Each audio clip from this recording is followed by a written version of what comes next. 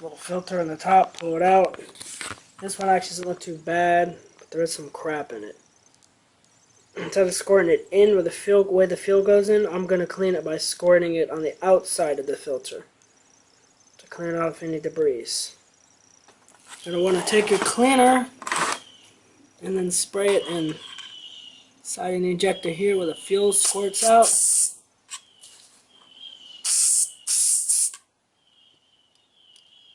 And in here,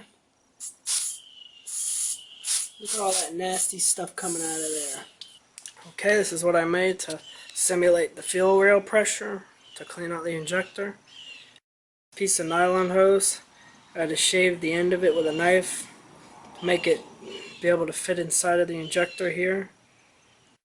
First we're going to pump it up, put some pressure inside of the injector. I have it connected to a T-splitter right here.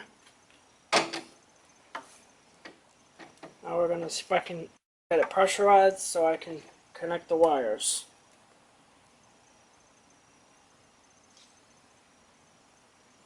Okay, it's holding the pressure, but it's starting to leak out.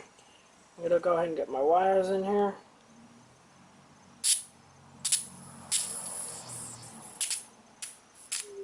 And there we go.